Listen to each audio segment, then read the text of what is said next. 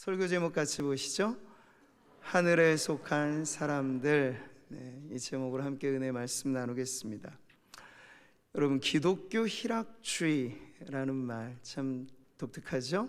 이 표현으로 기독교 신앙의 진수를 가르쳐준 이 존 파이퍼라는 목사님, 이런 말을 하였습니다. 같이 한번 읽어보세요. 인간의 제일 되는 목적은 영원토록 하나님을 즐거워함으로써 하나님을 영화롭게 하는 것입니다. 아멘. 여러분, 이 말은 우리가 아주 중요하게 다루는 웨스트민스터 소요리 문답 제1문항과도 아주 딱 맞아 떨어지는 표현이죠. 자, 이 중요한 내용, 제가 질문을 읽으면 우리 성도님들은 답 부분을 크게 읽으시면 되겠습니다. 제가 질문을 읽죠. 사람의 제일 되는 목적은 무엇입니까?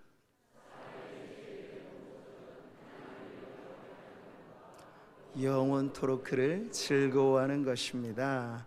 아멘. 근데 우리가 하나님을 최고로 기뻐할 때 하나님은 최고로 영광을 받으십니다. 자, 이런 점에서 보면 저는 사도 바울이야말로 기독교 희락주의의 원조격에 해당되지 않을까 하는 생각을 합니다. 옥중에서도 억누를 수 없는 기쁨을 가졌고 그것을 성도들에게 나누면서 기뻐하십시오, 기뻐하십시오. 말하자면 사도 바울은 질리지도 않는지 언제나 그의 메시지에 기쁨이 묻어나오는 그런 기쁨의 사도였던 것이죠. 자, 우리가 지난 3개월 정도 가량을 주일 오전 설교를 통해서 빌립보서 3장을 살펴봤고 오늘 그 마지막 부분을 보고 있습니다. 우리가 3장 전체를 요약하고 정리할 때 역시 한 단어가 남는 거예요. 바로 기쁨이라는 한 단어죠. 3장을 어떻게 바울이 시작하였습니까? 끝으로 나의 형제들아, 주 안에서 기뻐하라. 너희에게 같은 말을 쓰는 것이 내게는 수고로움이 없고 너희에게는 안전하니라. 아멘. 기쁨이야말로 신앙의 가장 좋은 안전장치라는 말로서 이 3장을 시작했습니다. 그러면서 쭉 내려오는 말씀은 우리가 이 기쁨을 위해서 버려야 할 것이 있다면 무엇인가, 그리고 채워야 할 것이 있다면 또 무엇인가.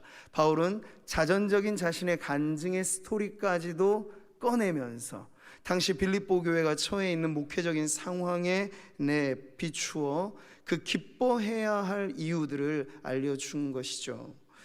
결승선을 앞두고 달려가는 경주자처럼 이 땅을 살아가는 성도들이 참된 기쁨을 위하여, 근데 우리의 이 경주에는 장애물들이 곳곳에 놓여 있긴 해요.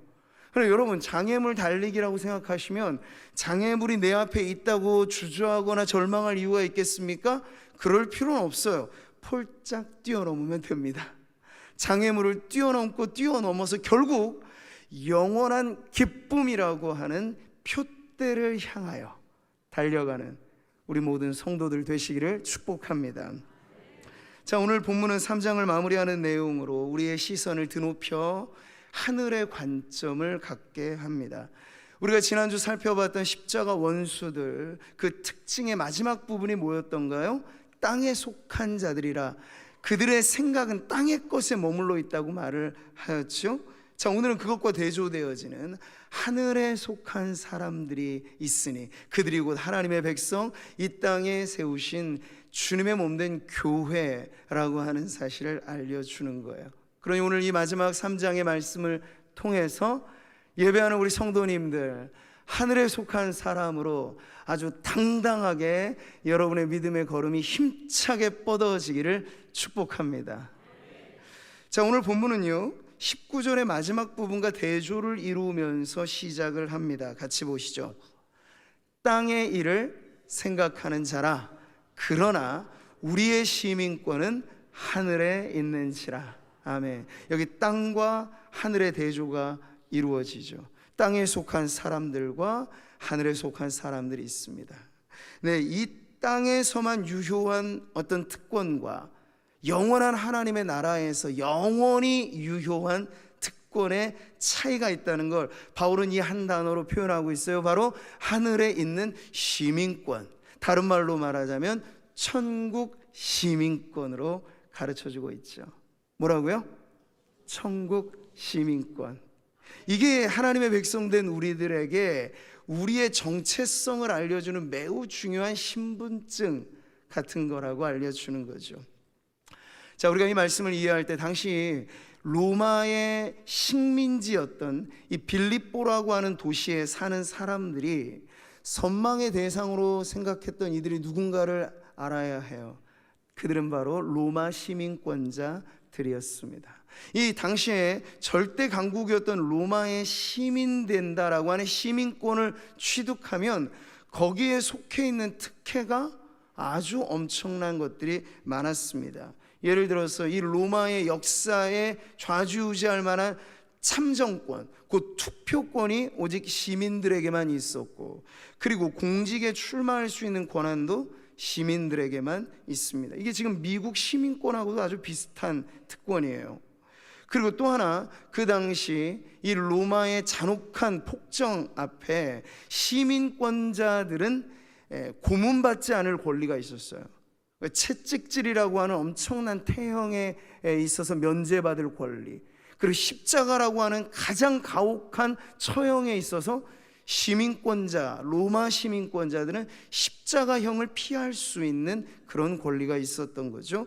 그리고 재판 청구권이 있었습니다. 심지어 억울하고 원통하면 황제에게까지 이 재판을 상소할 수 있는 권한이 시민권자들에겐 있었던 거죠. 자, 사도행전을 우리가 보면요, 그 당시 로마 시민권이 있었던 사도 바울이 그가 전도하는 여행에서 곳곳에 암초처럼 있는 어떤 위기와 위험 앞에 간혹 이 시민권자됨을 드러내면서 위기를 모면했던 사례들이 있다는 걸 보게 됩니다. 사도행전 22장에 보면 바울이 붙잡혀서 억울하게 채찍질 당하는 그러한 태형을 앞두고 있을 때 바울이 이렇게 말하는 걸 듣습니다. 너희가 로마 시민 된 자를 죄도 정하지 아니하고 채찍질할 수 있느냐?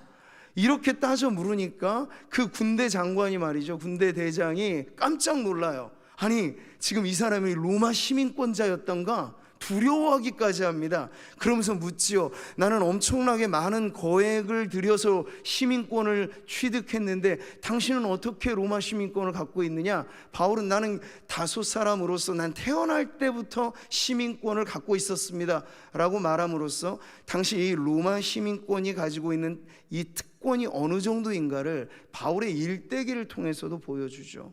그 동족들의 모함과 그리고 계속되어지는 부당한 심리에 항소를 하는데 누구에게까지 항소합니까? 가이사에게 내가 항소한다. 황제에게 재판받게 해달라. 그래서 사도행전의 마지막은 로마로 압송되는 바울의 모습을 보여주죠. 그가 황제의 재판을 청구하였기 때문에 바로 28장을 로마에 압송당하는 바울의 모습을 보여줍니다. 이 모든 스토리가 바로 당시 로마 시민권이 가지고 있었던 그 위력이 어떠한 정도인지를 가늠해 보게 하죠. 자, 이렇게 당시 빌립보 도시에 살았던 사람이라면 누구나 또 성도들도 다 알고 있었던 이 시민권이라고 하는 아주 중요한 부분을 바울은 그런데 그것 자랑하려고 말하는 게 아니에요. 이 세상에서 강력한 로마 시민권보다도 더 특권적인 게 있다는 걸 알려주고 싶어서 지금 이 표현을 쓰는 거죠. 그게 바로 천국의 시민권이라는 겁니다. 여러분, 이 세상을 주름잡는 강대국의 시민이 된다는 것도 법적인 보호를 받고 특권이 이만저만 아니라면 만국의 가장 탁월하고 가장 완전한 하나님의 나라의 시민권을 갖고 있다 라고 한다면 여러분, 그 특권이 어느 정도일까요? 에베소서 말씀에 보면 바로 우리가 그 특권을 가늠해 볼 수 있는 말씀이 나옵니다. 같이 보시죠. 찬송하리로다. 하나님 곧 우리 주 예수 그리스도의 아버지께서 그리스도 안에서 하늘에 속한 모든 신령한 복을 우리에게 주시되. 아멘. 천국 시민권자들에게는 몇몇 가지가 아니라 모든 신령한 복을 우리에게 약속하신 걸 여러분도 믿으시기 바랍니다. 이 신령한 복에 대하여 베드로전서는 또 이렇게 가르쳐 주죠. 썩지 않고 더럽지 않고 쇠하지 아니하는 유업을 있게 하시나니 곧 너희를 위하여 하늘에 간직하신 것이라. 아멘. 그러니까 성도로 우리가 살아가면서 이 땅에 우리의 소유, 우리의 재산, 우리의 어떠함이 어느 정도인가가 나의 정체성을 결정하는데 물론 영향을 주겠죠. 그러나 그보다 더 큰 영향을 우리가 받는다면 나는 천국 시민권자로서 나는 썩지 않고 쇠하지 않고 더럽지 않는 영원한 하늘의 상급이 나에게 쌓여져 있습니다. 이런 확신을 가지고 살아가는 이가 바로 하늘에 속한 사람, 천국 시민권자임을 믿으시기 바랍니다. 국적을 어디에 두고 어느 나라의 시민이 되느냐에 따라 그 나라의 법의 통치를 받고 보호를 받듯이 천국 시민권자들은 하나님의 나라의 법, 뭡니까? 하나님의 말씀으로 다스림을 받고 또 하나님의 나라 안에 속해 있는 이 세상에서만 유효한 것 아니고 영원한 은혜와 축복이 바로 우리들에게 주어진 특권임을 여러분 믿으실 때 천국 시민권자로서 여러분 어떠한 마음이 드시나요? 이 세상 형편에 따라 주눅 들고 세상에서 일희일비한다 하는 것처럼 조금 잘 될 때는 울줄하고 조금 안 될 때는 기죽고 그렇게 살지 않아도 되는 거예요. 바울이 지금 옥중에 갇혀 있잖아요. 옥중에 갇혀 있는 신세라면 세상적으로 보면 참 망한 것 같고 이거 더 이상 볼 것 없다 사람들이 말할지 모르죠. 그러나 바울은 아닌 거예요. 왜냐하면 나는 천국 시민권자로서 지금도 썩지 않고 쇠하지 않고 부끄럽지 않은 하늘의 상급이 내게 쌓여 있음을 나는 믿습니다. 근데 그 축복을 성도들에게도 나누고 있으니 그 복이 오늘 우리에게까지도 이 말씀을 통해 전달된 것입니다. 사랑하는 성도 여러분, 천국 시민권을 갖는 하늘에 속한 사람들로서 여러분 마음 안에 천국의 기쁨이 넘쳐나기를 축복합니다. 천국의 평화가 가득하기를 축복합니다. 네, 안심해도 돼요. 긍지와 자부심을 가지셔도 돼요. 요즘도 그렇더라고요. 여러분 미국에 이주를 하게 되면 먼저 취득해야 될 게 영주권이에요. 근데 영주권을 받으면 거기에 머무르지 않죠. 영주권을 받고 몇 년 지나면 이제 시민권을 얻으려고 애를 씁니다. 부단히 이주자들은. 왜냐하면 미국 시민이 된다는 건 엄청난 특권이 주어지기 때문에 그렇죠. 그렇다면 여러분 성도로서 우리에게 천국 시민권이 예수 믿음으로 말미암아 주어진 선물이라면 얼마나 감사하며 얼마나 자긍심을 갖고 우리가 살아야 하는지 너무나 분명한 말씀을 여러분 들으셨으니 천국 시민으로서 자부심을 갖고 어깨 딱 펴고 세상에 늠름하게 살아가는 성도들 되시기를 바랍니다. 자, 근데 천국 시민권자에게는 권리와 특혜만 있는 것은 아니겠죠. 그 나라를 위한 의무와 책임도 있을 것입니다. 그러니 우리가 천국 시민권을 갖고 하늘에 속한 사람이다 라고 한다면 우리 가는 곳곳마다 나의 신분증을 나 이런 사람이요, 나 천국의 시민권을 갖고 있는 사람이요 라고 말할 수 있다면 거기에 부끄럽지 않은 삶을 사셔야 돼요. 하나님의 거룩한 말씀에 다스림을 받아 사십시오. 그래서 성도의 윤리의 기준은 이 세상에 밑돌아서는 안 돼요. 세상의 탁월한 법, 세상의 매우 우월한 기준보다 사실 성도는 밑도는 삶이 아니라 웃도는 삶을 살아야 합니다. 왜냐하면 우리의 기준이 저 거룩한 하나님의 나라에 있기 때문에. 근데 어떻게 우리가 이 세상의 법이나 이 세상의 윤리 기준보다 밑돌면서 천국 시민이라 자부할 수 있겠습니까?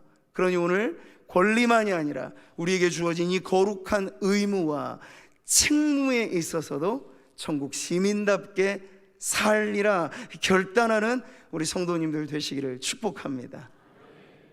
자, 오늘 본문은 천국 시민권을 가진, 그래서 하늘에 속한 사람으로서 성도들에게 있어야 할 것을 오늘 말씀을 통해 알려줍니다. 같이 보시죠. 그러나 우리의 시민권은 하늘에 있는지라 거기로부터 구원하는 자 곧 주 예수 그리스도를 기다리노니. 아멘. 천국 시민권을 갖고 하늘에 속한 사람들에게 있는, 이 세상이 전부요 라고 말하는 사람들과는 전혀 같을 수 없는 그 독특한 특징, 한 단어로 말하면 바로 기다림인데, 그 기다림이 너무나 소중한 것이라서 복된 기다림이라 그렇게 말할 수 있는 거죠. 사랑하는 성도 여러분, 성도들은 이 복된 기다림을 갖고 사는 사람입니다. 천국의 관점에서 오늘을 살아가는 이들이 바로 성도라 하는 것이죠. 천국 시민권을 지닌 성도는요, 미래에 대한 태도와 자세가 좀 달라요. 물론 여러분, 우리도 내일 일은 남 몰라요죠. 내일 무슨 일이 일어날지 지금 뭐 쪽집게처럼 이렇게 성경이 뭐 노스트라다무스식의 예언을 쪽집게식으로 알려주는 게 아니거든요. 그리고 우리 내일 경제가 어찌 될지, 정치가 어찌 될지, 우리도 불확실성, 불특정한 일들 속에 사실 놓여 있습니다.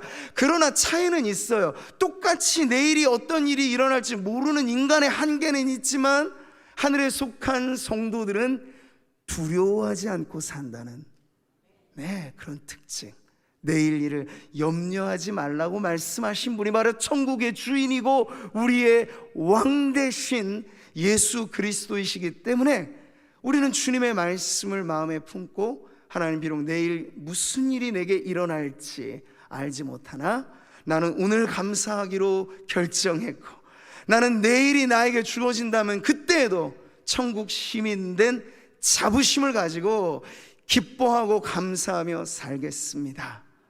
이게 바로 천국 시민들이, 하늘에 속한 사람들이 오늘을 또 내일을 살아가는 삶의 자세인 것이죠. 여러분, 오늘 우리가 살아가는 이 세상 참 암울하고 암담합니다. 아포칼립스라는 이 종말이라는 단어를 어디서든지 쉽게 듣죠. 이게 영화의 한 장르로, 소설의 한 장르로 나올 때 이미 이 세상이 갈 때까지 다 가서 멸망 이후에 참담한 세상을 그려내는 일들을 우리는 봅니다. 그럴 때 여러분, 종말이란 얼마나 우리에게 두려움을 가져다 주는 표현인지 몰라요. 자, 그런데 여기서 하늘에 속한 사람으로서 성도들에게 종말은 과연 그런 것일까? 아니라는 거죠. 우리가 이 세상의 끝에 관한 어떠한 생각을 갖느냐가 결국 신앙의 문제인데, 우리는 거기에 대하여 바로 복된 기다림으로 내 인생의 마지막 날 가는 동안에, 그리고 장차 결국에는 온 인류의 역사 또한 종지부를 찍게 될 마지막 순간이 올 텐데, 우리는 그날을 두려워하기보다 기다리고 또 기다리면서 그날을 준비하며 삽니다. 이것이 바로 하늘에 속한 사람들의 관점이라는 것이에요. 자, 우리는 오늘 이 바울이 바로 그러한 마지막 표대를 향하는 그 지점을 향하는, 그건 개인의 죽음을 의미하기도 하고, 그리고 예수님이 더 구체적으로 말한다면 오늘 말씀에도 나와 있는 것처럼 주님 다시 오실 날을 기다리는 그러한 내용을 담고 있습니다. 자, 그런데 이 부분에 있어서 우리 한국 교회는 세대주의 종말론의 영향이 좀 강한 편이에요. 그래서 지금은 뭐 그런 부분들이 많지 않습니다. 불과 몇십 년 전만 해도 우리는 무슨 휴거니 아니면 대환란이니 막 이런 얘기를 많이 들으면서 종말에 대하여 부추겨지는 정서와 생각이 매우 두려움, 야, 환란, 나 휴거당하지 않고 남아있으면, 이게 이제 다 세대주의 종말론자들이 가르치는 교리인데, 성경이 정말 그것을 말하고 있느냐, 거기에 대해서는 유심히 살펴보지 않은 채로 그러한 신학이 가르쳐주는 내용에 따라서 종말에 대한 막연한 두려움을 갖게 되는 문제가 있다는 거예요. 거기에 또 하나 일조한 이단 사이비가 있으니 바로 시한부 종말론자들이죠. 예전에 다미 선교회가 온 일대를 쑥대밭으로 만들어놨을 때 교회마다 피해를 입지 않은 경우가 많지 않을 정도로 많은 사람들이 이 시한부 종말론이라고 하는 잘못된 교리 때문에 낭패를 겪어서 지금 와서 우리가 종말을 말하고 재림을 말하면 그 자체로서 알러지 반응을 보이는 경우들이 있어요. 온갖 나쁜 거는 사실 이단이 다 전매 특허로 쓰니까 우리가 참 곤란한 경우도 있거든요. 신천지라는 이단의 그 이름 뜻 자체가 새하늘과 새 땅이거든요. 이거 계시록이 우리들에게 보여주는 아주 영광스러운 이 마지막의 비전인데, 이단이 이것을 자기들의 전매 특허로 쓰니까 정통의 교회가 지금 이 단어를 쓰는 것조차도 주저하고 머뭇거리게 된 거죠. 그러나 여러분, 제가 앞서 말씀드린 부정적인 경우들 때문에 구덕이 무서워서 뭐 못 담근다 그러면 안 되는 것처럼, 우리 성경이 가르쳐주는 진리를 가지고 복된 기다림을 가져야 하겠는데, 그 뚜렷한 대상이 뭐라고 성경은 말씀합니까? 따라해 보겠습니다. 예수님의 재림. 네, 예수님은 약속하신 말씀대로 반드시 다시 오십니다. 그러니까 재림의 신앙은 가져도 좋고 안 가져도 상관없다 아니고요, 성도라면 반드시 가져야 될 신앙입니다. 사도행전의 말씀에 이런 약속이 나오잖아요. 너희 가운데서 하늘로 올려지신 이 예수는 하늘로 가심을 본 그대로 오시리라. 아멘. 그 초대교회의 가장 강력했던 신앙 중에 하나가 재림에 대한 신앙이었어요. 예수님 다시 오십니다. 예수님 다시 오십니다. 그래서 초대교회 성도들은 서로가 만날 때마다 이 고린도전서의 말씀을 그대로 서로의 인사로 나누기도 했어요. 우리 주여 오시옵소서. 우리 주님이 오십니다. 이게 성도들의 인사였다고요. 마라나타. 우리 주여 마라나 오십니다. 타. 이게 성도들의 인사였다고요. 우리도 같이 한번 인사해 볼까요? 옆에 계신 분들에게 마라나타. 우리 주님이 다시 오십니다. 네, 뜻모를 그냥 외국어로 생각하지 마시고 우리 주님이 다시 오십니다. 우리 주여 어서 오소서. 그럼 여러분, 성경의 마지막 계시를 종결짓는 요한계시록의 그 마지막 내용이 뭔가? 바로 재림에 대한 약속과 이 복된 기다림이 한데 결합된 말씀이에요. 같이 읽어보시죠. 이것들을 증언하신 이가 이르시되 내가 진실로 속히 오리라 하시거늘 아멘. 주 예수여 오시옵소서. 아멘. 아멘. 여러분, 기쁠 때나 슬플 때나 언제나 이 신앙을 가지십시오. 슬픔에 억눌려서 마치 이 세상이 나 이렇게 살다가 죽으려나 보다 이렇게 절망하는 건 성도들에게 어울리지 않아요. 천국의 하늘에 속한 사람들에겐 어울리지 않아요. 그렇게 슬픔이 밀려올 때 여러분, 이 소망의 말씀을 꺼내십시오. 내가 진실로 속히 오리라. 아멘. 주 예수여 오시옵소서.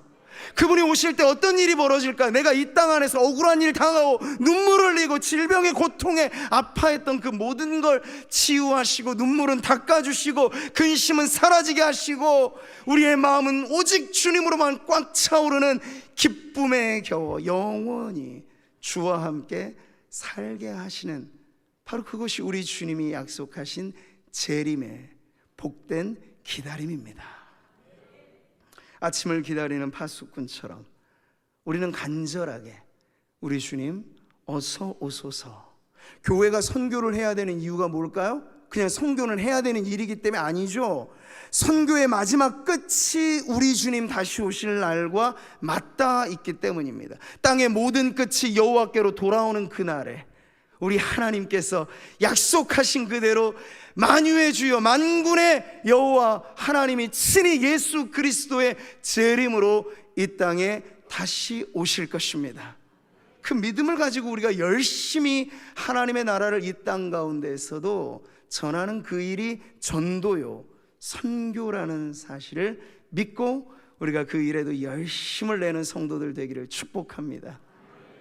자, 우리 마지막 세 번째, 오늘 이 구절에는 하늘에 속한 사람들에게 있는 복된 소망이 무엇인지를 알려줍니다. 지금 바울 옥고를 치르고 있죠. 이 땅에서도 모진 고난을 그는 통과하는 중에 있습니다. 그리고 빌립보 교회 성도들, 대개 초대교회의 멤버십 안에는 노예들이 많았어요. 그 말은 천대받고 멸시받고 경제적으로도 쪼들리고 하는 성도들이 더 많이 분포되어져 있는 게 초대교회였다는 얘기죠. 근데 그네들에게 대하여 이 복된 기다림을 가질 만한 이유를 분명하게 알려주는 거죠. 왜냐하면 그 안에 소망이 있기 때문에 그래요. 같이 읽어보시죠.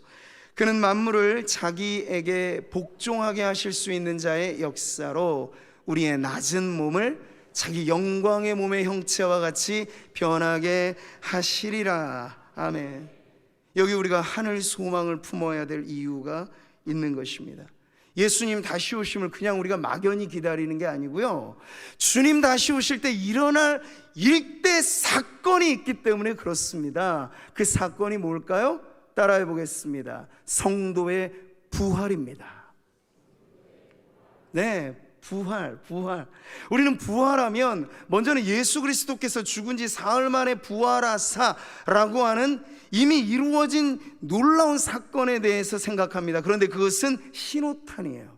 예수님의 부활이 끝이 아니고 시작인데, 이제 주님이 다시 오셔서 영광 중에 재림하실 때 성경이 말합니다. 같이 읽죠. 마지막 나팔의 순식간에 홀연히 다 변화되리니 나팔 소리가 나매 죽은 자들이 썩지 아니할 것으로 다시 살아나고 우리도 변화되리라. 아멘, 아멘. 제가 주로 이 말씀을 우리가 하관 예배라고 하죠. 근데 발인 예배를 천국 환송 예배라고 이름을 바꿔서 하는 것처럼 저는 하관 예배도 대체할 만한 이름이 있다고 봐요. 그건 바로 부활 소망 예배입니다. 사랑하는 가족이 땅에 묻힐 때 유가족들의 마음은 근심과 슬픔에 억눌리죠. 그러나 오늘 이 말씀을 보십시오. 그 눈에 보이는 이 고인의 유해는 한 줌 재로 되거나 흙으로 돌아갈 것입니다. 그러나 그게 끝이 아니고 홀연히 변화되리라. 어떻게 변화된다는 말일까요? 우리 주님이 샘플을 보여주셨잖아요. 쇠하지 아니하고 더 이상 노화의 걱정 없고 질병의 걱정 없고, 아이고 관절이 시리다, 막 팔다리가 쑤신다, 걱정하지 마십시오. 천국에서는 그럴 일이 없을 것입니다. 우리의 가장 왕성하고 가장 영광스럽고 가장 완전한 모습으로 부활하리라. 그러니 우리가 기다릴 만하죠. 그래서 이 짝을 여러분 꼭 기억하셔야 돼요. 우리 한 손에는, 따라하겠습니다, 재림의 신앙, 그리고 또 한 손에는 부활의 신앙. 네, 이 두 가지를 갖고 살아가는 하늘에 속한 성도라면 그 누가 우리를 막겠습니까? 사망이나 권세나 현재일이나 장래일이나 기품이나 높음이나, 여기 모든 것들이 다 들어가도 좋아요. 질병이나 가난이나 역경이나 풍파나 그 어떤 것도 우리 주님 다시 오셔서 우리가 부활의 영광에 참여하게 될 때 그 기쁨을 빼앗지 못할 것입니다. 더 이상 눈물 없는 곳, 슬퍼서 울 일이 없는 곳, 그것이 바로 하나님의 나라입니다. 이화여대 총장을 지냈던 이왈란 여사가 자신의 장례식을 앞두고 유언을 남겼을 때, 내 장례를 치를 때 장송곡 부르지들 마시고 불러주기 바라는 곡을 아예 선정해 놨어요. 핸델의 오라토리오 메시아의 할렐루야를 외쳐주십시오. 할렐루야 찬양인데, 이 할렐루야가 어떤 거죠? 그냥 뭐 이렇게 슬픈 음조로 부르는 겁니까? 아니잖아. 할렐루야 할렐루야, 방파레가 막 울려 퍼지고 할 수 있는 모든 소리를 다 내서 합창하되 할렐루야. 여러분, 이것이 성도들이 이 세상을 떠나는 임종의 자리에서 부를 만한 찬송이라고 여러분도 믿으시기를 바랍니다. 이 풍진 세상 떠나니 이제 홀가분하기는 하고, 그러나 이제 이별하고 하니 또 슬프기도 하고, 그래서 애매하게 치러지는 게 성도의 장례가 아니고, 성도의 죽음은 하나님 말씀하셨습니다. 그 죽음으로도 귀중히 여길 만한 것이다. 성경은 말합니다. 그 죽음은 복된 죽음이라고 말이죠. 그러니 우리는 우리 개인의 종말이나 이 세상의 종말에 두려워하지도 근심하지도 말고, 우리의 약속하신 그대로 부활의 영광을 소망하면서 그렇게 하늘에 속한 사람들답게 믿음 잃지 않고 굳건하게 살아가는 우리 성도님들 되시기를 축복합니다. 재림의 신앙과 부활의 신앙, 이것은 하나님의 능력으로 일어나는 놀라운 역사입니다. 바울이 말하듯 우리의 낮은 몸을 자기 영광의 몸의 형체와 같이 변하게 하시리라. 저는 이 표현이 딱 마음에 와닿을 것 같아요. 우리 성도님들의 삶이 이 낮은 몸, 내 육체를 보니 낮은 몸, 내 삶의 형편으로 보니 낮은 몸. 그러나 여러분, 그게 전부라면 우리가 예수님을 믿는다는 하나의 종교 이상의 무슨 위안이 되겠습니까? 근데 그게 아니라는 얘기예요. 지금은 비록 낮은 몸, 지금은 비록 연약한 몸, 지금은 비록 우리의 처지와 신분 모든 것이 낮아 보이지만 기대하시라. 우리 예수님 다시 오실 때 언제 그랬냐는 듯이 기억조차 하지 못할 만큼 놀라운 변화가 우리 앞에 기다리고 있습니다. 오늘 이 빌립보서가 3장의 마지막 결미에서 마치 할렐루야 합창을 들려주듯 영광의 팡파르를 울려 퍼지면서 이 말씀을 전해주실 때 오늘을 살아가는 성도들에게 바로 소망을 주는 말씀이니 여러분들 하늘에 속한 자답게 이 소망을 품고 살아가십시오. 우리보다 앞서 떠나갔던 옛 성도들, 여러분, 우리가 추석 명절을 맞아 공인이 되신 가족들에게 대하여 세상 사람들은 뜻도 모르고 제사밥 차려놓고 이거 누가 먹기라도 할 것처럼 그렇게 떠받들지만 우린 그럴 필요 없어요. 다만 예전에 우리 가정에서 우리 교회에서 함께 했던 분들을 기억해 주면 됩니다. 그걸 추도라고 하죠. 기억해 주면서 우리가 이 땅에서 드리는 예배는 우리 교회에서 우리 가정에서 믿음으로 참 올곧게 살아간 이 귀한 분을 있게 하셔서 오늘 내 신앙도 지금 그 길을 걷게 하시니 감사합니다, 고맙습니다.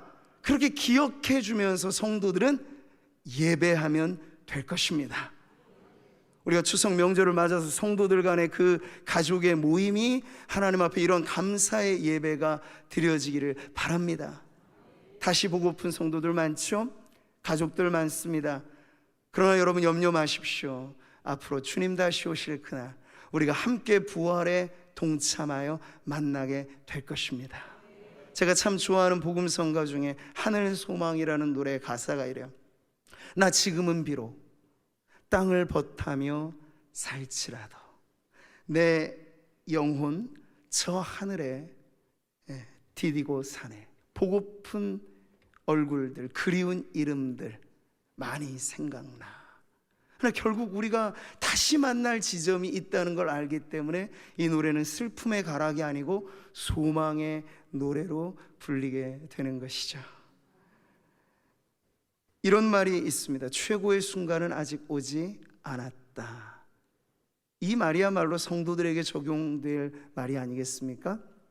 우리들에겐 예수님 다시 오실 날이 지금 남아있고 그때 일어날 부활의 소망이 있으니 이 세상을 살 동안에 여러분이 아무리 성공하고 아무리 대단한 사람으로 여김을 받아도 아직 최고의 순간은 오지 않은 것이니 겸손한 마음을 가지고 사십시오. 그리고 또 하나, 앞서도 말씀드린 것처럼 이 세상을 사는 형편의 낮은 몸에 여러 많은 역경을 혹 경험하더라도 아직 내 인생 최고의 순간은 오지 않았다는 그 벅찬 소망을 가지고 하늘 길 걸어가는 나그네 되어서 천국 시민권을 가슴에 품고 그렇게 믿음으로 승리하며 살아가는 우리 모든 성도들 되시기를 주님의 이름으로 축복합니다.